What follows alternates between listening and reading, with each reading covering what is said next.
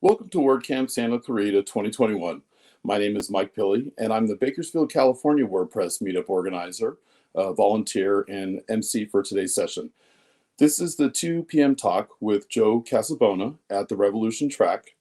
Please feel free to add your questions directly to the Slack channel on this session, as unfortunately we won't have Joe at the end for a live Q&A.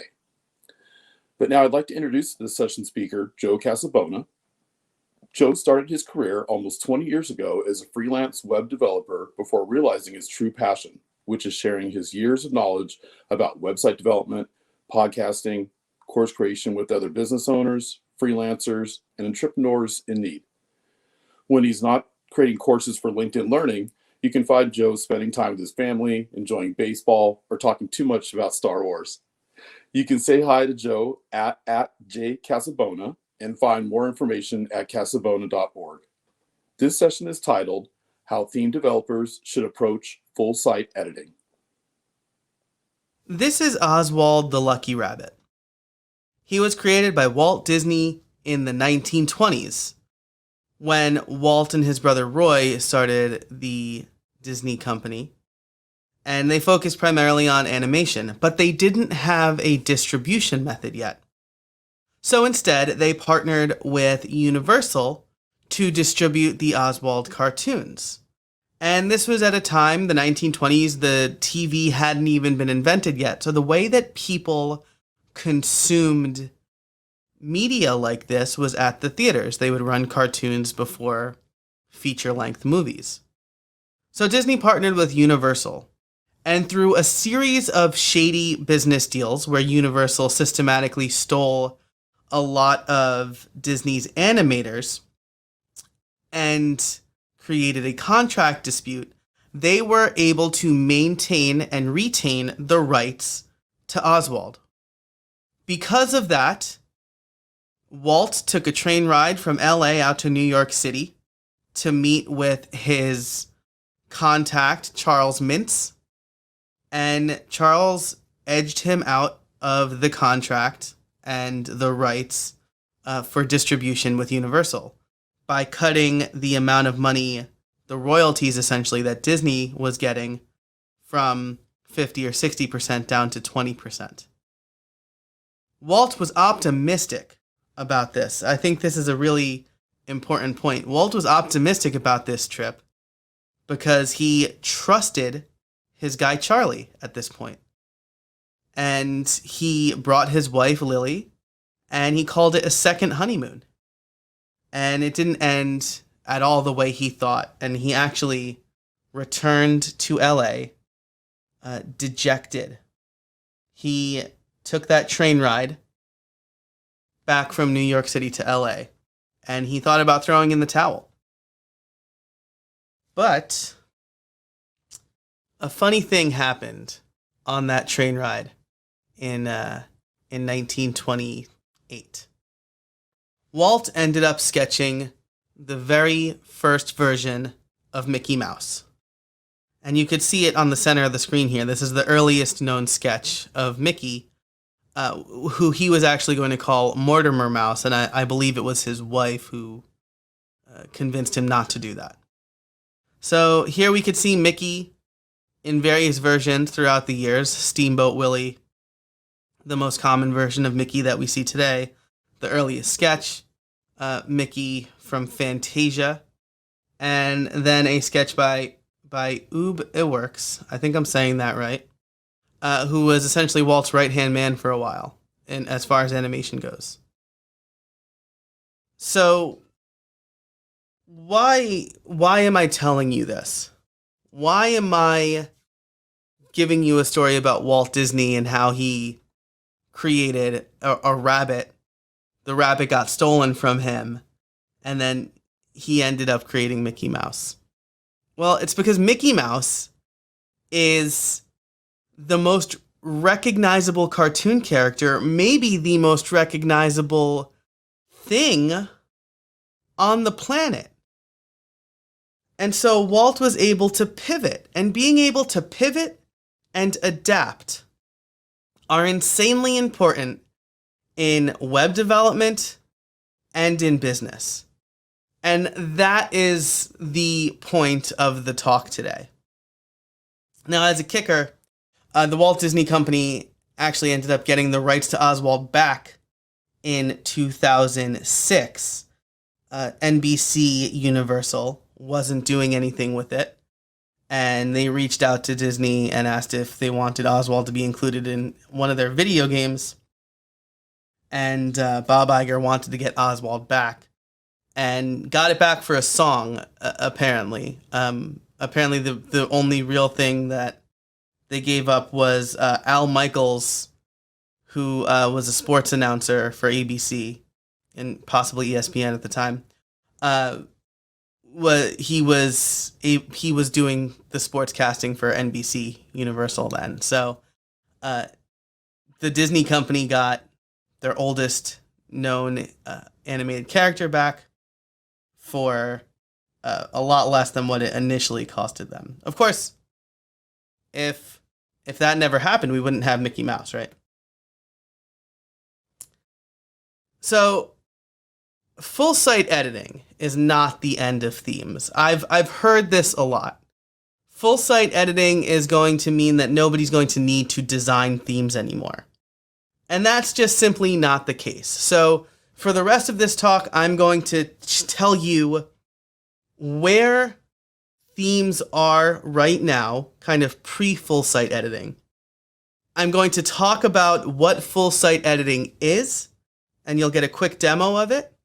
And then we'll talk about what you, as a theme developer, can think about when creating themes in the full site editing world. So let's get into it.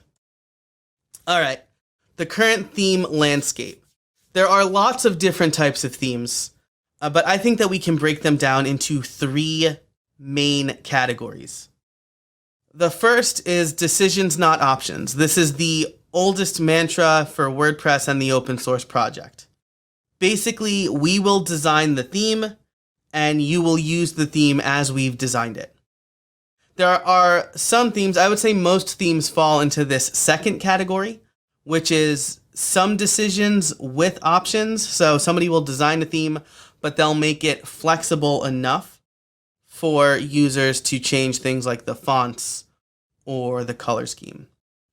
And then there are themes which I categorize as options, not decisions. So essentially a theme that does the very bare minimum to make it look like a theme at all, and then gives the users options to essentially design a full site using the theme. So first, let's start with StudioPress. I would say StudioPress themes are a decisions, not options category of themes. On the screen here, you see Breakthrough Pro. With any of these StudioPress themes, you can't really modify the fonts. You can't change the padding. You might be able to change the accent color. But the folks at StudioPress have put a lot of time and effort into these themes and spent a lot of time on the aesthetic and the design and the layout. So you're pretty locked into this. And as a developer who is not very good at design, I'm happy for these themes. I'm happy to have these themes because I'm a bad designer, and choosing fonts is something that takes me a very long time.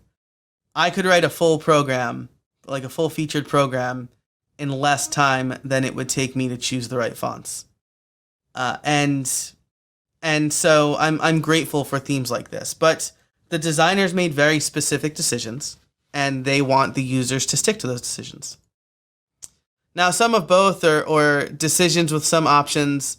Again, this is where I think most themes sit, but the example you see on the screen here is Excel. It's Anders Naren's latest theme. I think a lot of his themes are like this, where he makes most of the decision making for you, but then you can do things like change the color scheme or the color palette for both light and dark mode and things like that. So again, I think most themes land here, right? So there was a time before we had the customizer where The only way that you can make any customization to a theme was with a child theme, or it was with an additional plugin that sat inside the WordPress install. But since the advent of the customizer, theme developers were able to throw some things in there. Do I want to change the font or how the header is laid out? Things like that. So gives us some customization. I think this is good, right? If you have specific brands that you want to work with, or maybe you're setting a website up and you have a logo and you want the color scheme to match the logo, I think that this is a good option. But you're not doing a ton of designing for these decisions with some options themes. And then there's the complete other side of the spectrum, which is options, not decisions. And Astra and Cadence are two themes that fall into this category. This is Astra. What you see on the screen here is Astra out of the box with no customizations made. It probably looks like no Astra site you've seen at all, right? No live Astra site looks like this. And they just use kind of some default fonts, white and gray, and then you customize everything: the fonts, the colors, the padding, the layouts, the templates. And so this is essentially, if you're using a theme like this, you are a web designer, and instead of using CSS as your tool, you're just using options in the customizer. And this gets even more explosive, we'll say, with Astra Pro or Cadence Pro, where you have even more options available to you. Things like custom headers, custom footers, and template parts that you can conditionally add in places. I use both Astra and Cadence, and in Astra, I have used their template engine to add an opt-in box, eight or nine blocks into a blog post. So after the 9th block, we'll say, could be the 9th paragraph or the 9th paragraph and heading, it will show an opt-in box. So it's automatically inserted into the middle of all of my blog posts. So that's the kind of stuff that you can do with these options, not decisions themes. As we move into full site editing, I think we should have a new mantra, which is the same as the old mantra: decisions, not options. And what I mean by this is we don't want users to start with a blank slate unless they are a web designer, right? People aren't choosing WordPress or even Squarespace or Wix because they get to design a website. They want a website. They maybe want to make some customizations, but they want most of it to be done for them. And the theme gives us the opportunity to do this for our users. So put a different way, we should let the block editor be where the options live. The theme makes all of the decisions for fonts and colors and things like that. And then the block editor, and by extension, full site editing, allows the user to make the customizations they want to make. So you pick a good font pairing and then they can choose how the header is laid out. Or you pick a good color scheme and then they can choose, based on that color palette, what color the links are. Things like that. So we should let the block editor be where the options live and let our themes be the decision makers.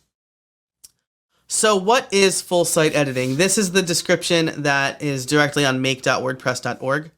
The goal of the full site editing project is to utilize the power of Gutenberg's block model in an editing experience beyond post or page content. So right there, first of all, if you haven't used the block editor yet, or you haven't used Gutenberg at all, right now, this experience is only available if you are editing content on a post page or custom post type that has the block editor enabled.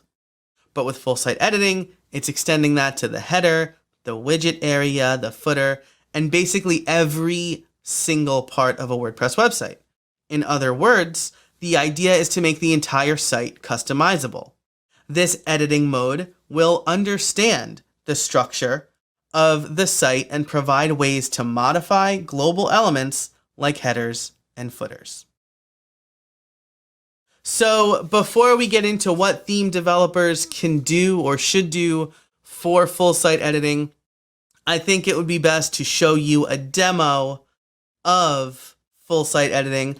Basically, what this demo is going to show you is how full site editing is likely going to work. It's still in beta as I record this, but I think we're pretty close to at least the first iteration of full site editing. So you'll see everything that it can do. Let's get into the demo.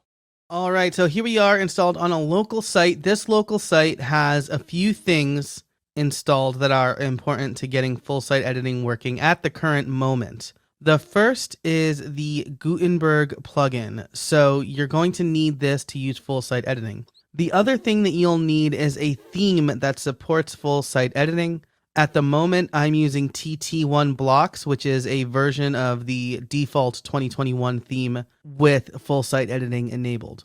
When you have both of those things, you'll see a new section added to your admin called Site Editor. And if we click on that, we are brought to the index or home page, and every area on the page is editable. So you can see here that if I click on the top area, there is a header. So this is a template part that I'm modifying. If I click Add Block, and then I can add the site title, and then I can add a new block, maybe the tagline, and I can change the tagline right in line here. And then maybe we want to add some navigation, and we can add all pages, or we can add a select number of pages. So here I've just modified the header. If I want to, I can also change the background color and the text color and the link color. These are all important things. So now I have a custom header. I've changed that template part. I can do the same thing for the footer if I want. I can also change actual parts of the post here, but let me show you some other parts of the full site editor. First, you could see there's the index page here. If I click that, there are a list of available templates. Index is the only one available right now. I can click Browse All Templates. So there's also a single page where I can change how this is displayed, and I can choose some fonts here. I really like Hoffler text, and maybe that's a little big. That's a little too small though. So I'll find the Goldilocks font size, and maybe I'll center that. This is the placeholder for content. You can see I have added some extra blocks here in my testing, but this is how we're modifying a single page template. I can also clear customizations and return just to the original template, which is cool. So these are the templates. There's a 404 page. This is what I was mostly testing, is how to make a 404 page with full site editing. But beyond templates, we can actually modify template parts as well. So you see we have multiple headers. I modified the header on the index page. We can modify our footers, and there are some general template parts as well. So there's a 404 header that I've created, or specific pieces of content. So we have all posts, or we have captain's log here, which is a different post template I created. But again, if I go back to posts, so here we can see how the post is laid out. Captain's log is actually part of, like, hard coded into the title. That's why I can't modify it. But I could add some other information here, categories, pagination, anything that's available in the query or post template loop. So I'm going to go ahead and save this. You could see everything I just modified in full site editing here. I'll click save. And then if I go back out from full site editing to the dashboard and to the main site, the header has changed, and we can even edit site from the front end as well. All right, so now that you have a better idea of how full site editing works, let's get into what you should think about if you create themes. And this is basically broken down into 4 or 5 major categories. So the first is typography. I think you should spend a lot of time on the typography, not just the font faces, but the spacing, line heights, letter spacing, kerning, and all of that fun stuff. Yes, find good combinations of fonts, but also spend time laying out how the text is going to look. Font selection can make or break a website. So help your users make it by picking good typography. I've heard that like 80 or 90% of design is in the typography. So spend a lot of time here. And the other thing I would say is don't give options to choose a font. Here's where the decisions, not options mantra comes into play. Be like Studio Press. They spend a lot of time picking good font combinations and laying out the typography the way that they think it looks best. Do that for your users, because honestly, I think this is one of the hardest parts of theme development. And if you spend enough time on it, then the user doesn't have to. And you know what? If they want to change the fonts, then they can create a child theme. But out of the box, you should make that decision for them. Color is going to be the same way. Pick good color schemes and maybe offer some options here for branding purposes, right? Again, if I have a logo that's red, maybe the site color being purple is not going to be the best. So pick some good color schemes, maybe give the user some options for color schemes, kind of like what 2021 does. Or maybe this is I think a neat idea. Allow the user to pick a main color and write a function to figure out good color schemes based on that color. So if they pick red, maybe have red at 100% opacity, 50% opacity, 10% opacity, and then use the algorithm to figure out the complementary color and grab that at 100, 50, and 10% opacity, and then add like a gray and a black in there for good measure. So this is a good way to help the user customize a little bit, but people are bad at picking color schemes too, right? How many sites have you seen with like a black background and red text, or two colors that don't contrast enough? So do that, help the user pick a good color scheme through your theme. Support dark mode. Most devices support dark mode now, and it is a media query in CSS, so you can detect if dark mode is turned on and change the colors that way. I think this is really important. I don't think enough themes do this, and your theme, you can differentiate and set your theme apart by supporting dark mode. And then finally, run these colors through the accessibility ringer. Make sure you have good contrast so the text is readable. Make sure that you run it through a colorblind test so that you have that good contrast for people with color blindness. Because you have more time to test your theme, because you're not building out every template programmatically and writing custom functions to do query things necessarily, you have more time to test. Similarly, make sure your website is fast. Lean on the block editor here for speed. I love the page builders I use, but Gutenberg and the block editor are faster and more accessible than pretty much all of them, because Gutenberg is focused on using only the minimal amount of markup you need to achieve something, whereas these other page builders have lots of nested divs. So lean on the block editor because it's going to be fast and accessible. Don't load too many resources. Again, use the resources that are available to you in core WordPress. Don't go loading your own version of some JavaScript library to do something special.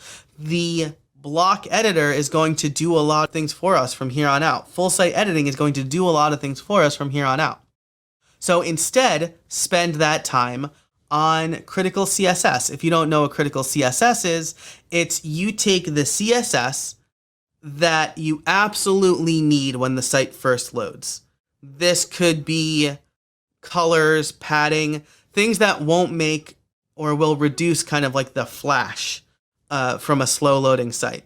You take that CSS, you load it inline in the header so that it doesn't become a render blocking element, and then you load the rest of the CSS at the end, right before the end body tag. That way, again, your CSS doesn't become a render blocking element, your site loads faster, or at least appears to load faster. Most of the content is going to load, and you have focused on the critical CSS only. I don't think enough themes do that, especially the options, not decisions themes, right? Because that's hard. You're doing a lot of customization. What is critical and what isn't? How much do you load in the header? How much do you keep in cache? With a theme that you're writing from scratch, you know exactly what the critical CSS is. And then optimize your code and your markup. And you can spend time optimizing your images, picking the right image sizes and resizing them appropriately. And making sure that those images are used throughout your theme. Because again, you don't want your theme to get dinged because it's using a 1,000 pixel wide image when you only need a 400 pixel wide image.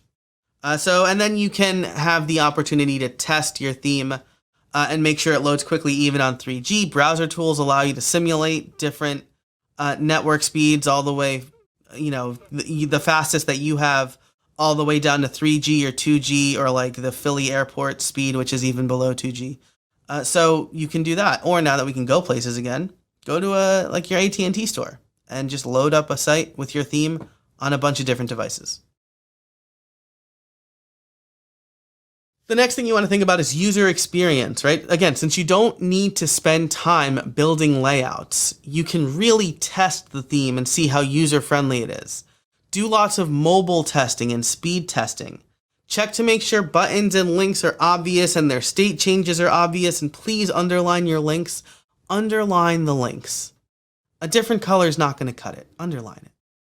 And you can test for all sorts of content and conditions as well. Because the block editor allows for a much more diverse set of content than previous versions of WordPress, we need to make sure our theme supports that diverse content set. So definitely make sure that your site doesn't break with certain blocks. Make sure that it supports the wide and full width versions, that those blocks function as expected. Right? If I use a full width block, I expect it to be the full width and not just the full width of the container. So definitely check those conditions and test a lot. And finally, create a robust set of blocks that give users a starting point. Again, since we're not coding templates in PHP from scratch anymore, we have a little bit of time to think about what are some good ways to lay out content that I can make really easy for my users. And so creating a robust set of block patterns is very helpful, right? If you know that, this is going to be mostly like an e-commerce site, maybe have a block pattern for how you're laying out the products. You can also create page templates easily now, right? Page templates are flexible and editable with full site editing. Users can create their own page templates now.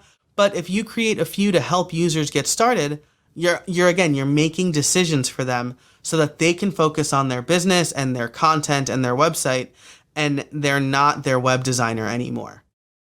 And as an added bonus, perhaps a pro version of your theme idea is a free theme with a premium plugin for additional block patterns and page templates, right? So you have maybe 5 block patterns and a page template out of the box free with the theme, and then people can upgrade and get a pro version of a plugin that works perfectly with your theme that has 25 block patterns and 10 page templates or something like that, so that they have a super flexible theme and you can support your own work, which is very important. So there's a pro version idea for you as a theme developer in this full site editing world.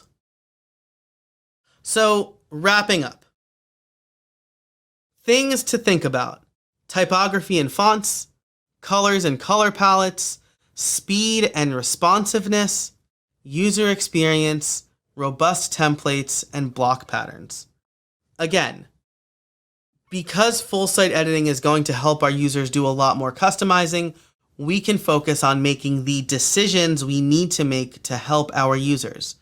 Choosing typography and good color palettes, making sure it loads quickly, and providing them with some templates and block patterns will help them get up and running more quickly. And I'd like to end, of course, with a quote from Walt Disney. We keep moving forward, opening up new doors and doing new things because we're curious. And curiosity keeps leading us down new paths.